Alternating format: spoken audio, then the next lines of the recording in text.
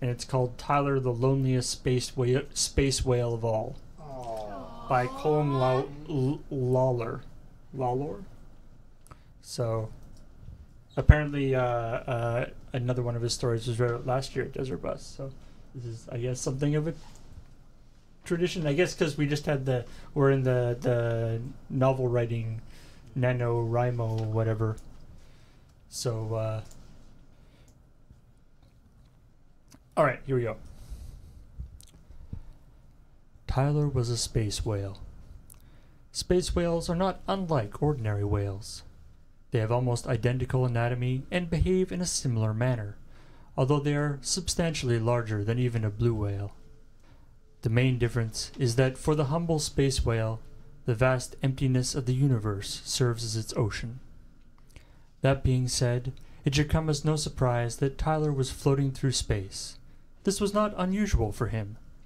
In fact, he had been doing it for as long as he could remember. Through all those years of aimless floating, and it should be noted that space whales live for a very long time, he had seen so many different cosmic sights. Sometimes he passed by comets, but they always seemed to be in a hurry to get away from him.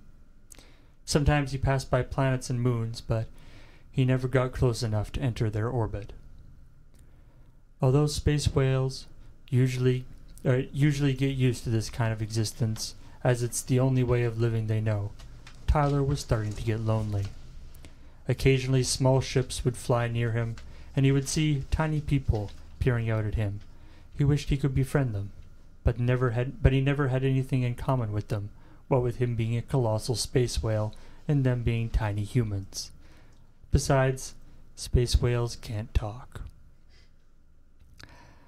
What had been happening recently is that a small tourist ship from a relatively nearby planet would fly alongside him for a while and then leave, only to return sometime later. This had been happening for about 30 of their years. Some days, Tyler would float far enough away that they wouldn't risk going out to see him anymore. For now, though, he enjoyed what little company they provided.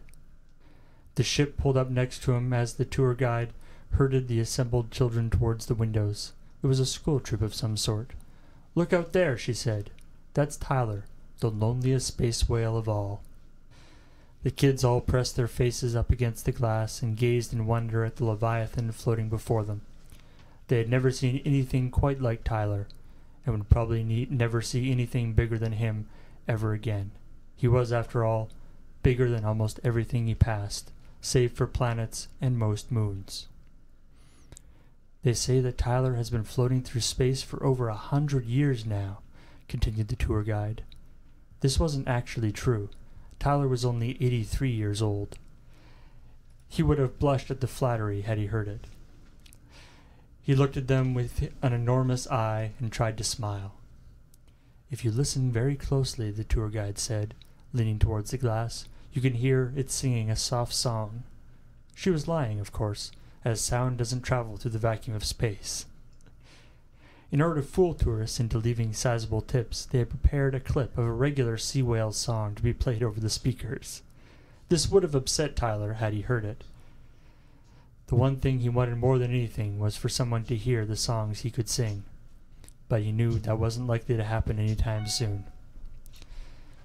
Tyler thought about waving a fin at them, but he didn't want to risk hitting their ship and hurting the people on board. He was still contemplating what to do when the children walked away from the window and off to a different part of the ship.